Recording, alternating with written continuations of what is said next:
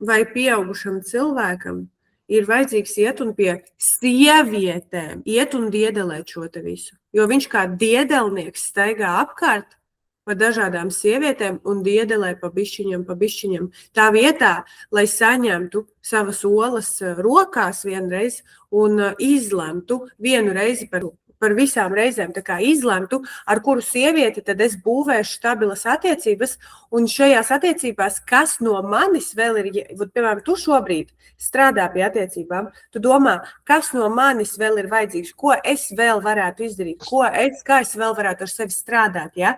Kā man ienest šajās attiecībās vēl foršāku pienesumu, lai šīs attiecības būtu patīkamākas mums visiem trijiem. Sieviete domā par visiem trijiem, tā kā, lai mums būtu labi. Nevis tikai man, es sagribēju gribulīte, ja? Bet es kā pieaudzis, nobriedis cilvēks, es saprotu, ka es neesmu ideāla, es saprotu, ka man ir savi mīnusi, es esmu gatava ar tiem strādāt, es esmu gatava, ja?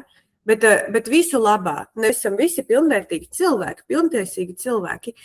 Šajā gadījumā viņš ir kā tāds diedelnieks, nenobriedis, kurš vispār nezina, kādā veidā viņam parūpēties pašam par sevi un būt pilnvērtīgam, kur nu vēl iet un pie vienas sievietes apstāties un pateikt, viss šeit es izmetu savu ankuru, un es vairāk nekad no šejienes nekur nevazāšos projām, jo šeit ir mana ģimene.